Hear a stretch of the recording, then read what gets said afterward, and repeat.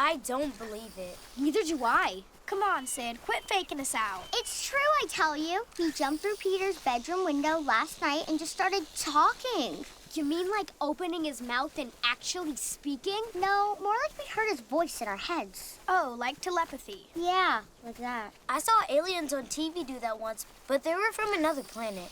You think Murphy's some sort of dog from outer space? Heck, I'm no alien. I'm from right here on Earth, born and bred. Did you guys hear that? I think I did. I don't know. Hey, Murph, is that you? You bet it is! Actor, writer, but what I really want to do is direct. Wow, it's really him! I must be dreaming. Hey, Murph. Hey, Sid.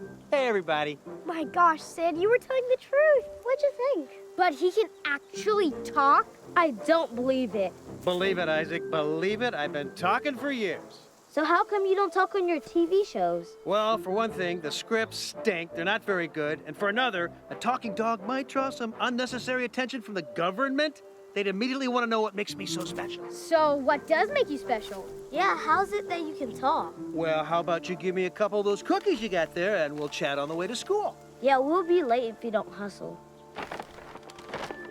Here you go, Murph. Wow, freshly baked. Nice. I never get cookies at the kennel. The kennel? I saw on Celebrity Insider that you lived in a big house in Hollywood. Big house? My trainer lives in a big house in Hollywood, Isaac. Every night after work, he locks me in a private little kennel in the backyard till the next morning. Wow, that sounds awful. Doesn't he ever play with you? Nah, the only time he ever even speaks to me is when he wants to teach me a new trick. Gee, that stinks. It kind of does, Ron. Can I call you Ron? That whole La La Land bit gets really old really fast, let me tell you. So that's why you took off when you did. Exactly. You kids gave me an opportunity, and I took it. So you knew it was us that freed you? Kyle, my boy, I'm not just a pretty face. I got brains I haven't even used yet. No, see, somebody hacked the Wi-Fi in the limo to make that lock and door bit happen. I just figured it was you four. Guilty as charged. But now knowing how they treated you, I'm kind of glad I did it. You're not the only one, guy. I'm mighty grateful to you all. Now, come on, let's get you guys to class before they make you, I don't know, sit in a corner.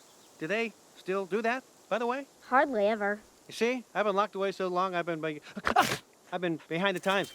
Here we go. And then they just said, kill all the commercials for at least 2 weeks. So we've got a missing dog, and a missing dog means I've got a problem. And when I've got a problem, I start to think about how everyone is replaceable. So. I have men out there looking for him now, but so far, nothing. And the TV show? The director is shooting everything he can. That doesn't include the animal. Look, Smith, that's a short solution to a tall problem. What we need to look for is the worst case scenario. And that is? That the dog is gone, and we won't get him back. And if we don't get him back, the show won't go on. And if the show doesn't go on, it will curtail certain life-sustaining revenue streams. And we could lose millions. And we could lose millions, but not, N-O-T, not if we can find a quick replacement. Sir? Look, Candace, the one thing I've learned in my decades in the big time, surviving in dog-eat-dog Hollywood, is that nothing, no one is irreplaceable. You, him, them, these, those, nobody. I don't know. That dog is loved by millions. There have been at least 10 guys playing James Bond over the years, not to mention Batman, Superman, and X-Men. Put out a call, get some new dogs in here this afternoon. This is Hollywood. We should be able to find a couple hundred canines anxious to be the next Murphy the Wonder Dog. Let's get on it. But we can't just... No buts, just do it. I'll clear my schedule between 1 and 3. I'm sure we can see the best dogs Tinseltown has to offer in under 2 hours. Guarantee you, we'll find the next Murphy by the end of the day. Yes, sir. I'll get right on it. I'm counting on you. The kids of the world are counting on you. I'll bring the Alamo. Funny. Very funny. So, Murphy, you still haven't told us how you got the power to talk. Well, you don't want to hear that old story. It's boring. No, come on, tell us. We all want to know. I do, at least. Yeah, Murph, tell it. Okay. You guys like cartoons? I guess so. Well, then, here's a flashback for you. Short, sweet, and right to the point. I was a loner. No family, friends, just running around the countryside, picking up scraps wherever I could. And One day I hop a train to Hollywood, thinking fun in the sun, right? Only thinking it's raining when I get there. What's that about? So I'm thinking maybe Vegas. But just then, lightning strikes me on the head. 24 hours later, I wake up in an animal shelter and I'm suddenly hearing what everybody's thinking and understanding it as well. So what happened next? Well, some guy from Universal comes in looking to pick up dog extras for Beethoven 18. I never saw that one. Nobody did. Old Beethoven's contract was up, you see, and like most movie dogs, he was tired, just wanted out. I should have listened to that lovable St. Bernard, but no. Being a young, impulsive pup, I made a fool out of myself doing all these wild tricks for the trainer on set. Then what? Well, next thing you know, I'm doing a pilot for Doggy 911. And the rest, as they say, is television history. I got the #1 show on the tube, and I hate every minute of it! That's why I just had to get away. You can stay with us if you want. There's plenty of room, and you'd be perfect company for my brother. You know, he's housebound ever since his accident. I really appreciate your kindness, Sid, I really do. But, you know, there's a big reward out there for anyone who finds me, and you wouldn't want Peter or your mom to get accused of dog napping. So, where will you go? I'm not sure about that, Isaac. I'm thinking either Okinawa or the Belgian Congo. Never been there. Neither has anyone else, I suspect. Will you be here after school at least? Sure, I'll wait for you. Can't leave without saying goodbye, right? All right, right? Am I right? Okay then, I'll see you in class lets out at 3. Radio. So long for now, kids. Oh, hey, kiddo, you wouldn't happen to have another cookie, would you? Huh? I'm begging. Look, I'm begging. Make it last till on to school, okay? Most certainly. Oh, yellow. I love yellow. Man, have I been missing this? Yellow cookie. Is there a little more over there? Later, Murph. Oh, hey, wait a minute.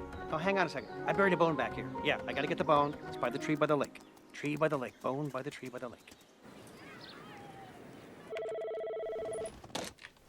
Yeah, hello, Principal Callahan's office. May I help you? It's Maurice in maintenance. I gotta talk to him.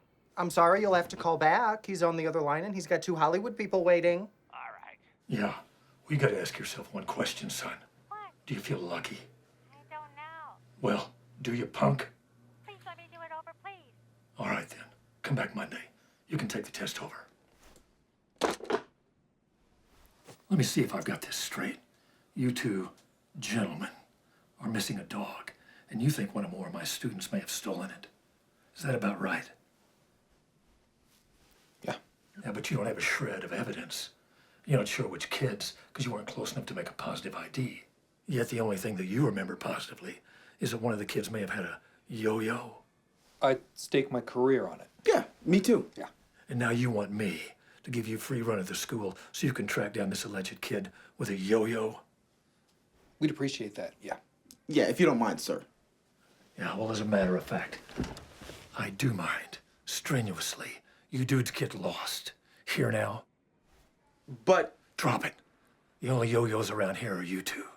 And you're not giving any of my kids the 3rd degree. Not without a court order and over my dead body. Understand? We get it, sir. I hope you do. Both of you. Bye, Mr. Callahan. Yeah, we'll, be... Yeah. That went well. Yeah. Man's got to know his limitations. Yeah, kid. Hi, sir. I have your brother Harry from Frisco on line 2. Tell him I'll call him back. Yes, sir. Hello, Inspector? Yeah. Yes, he'll have to call you back.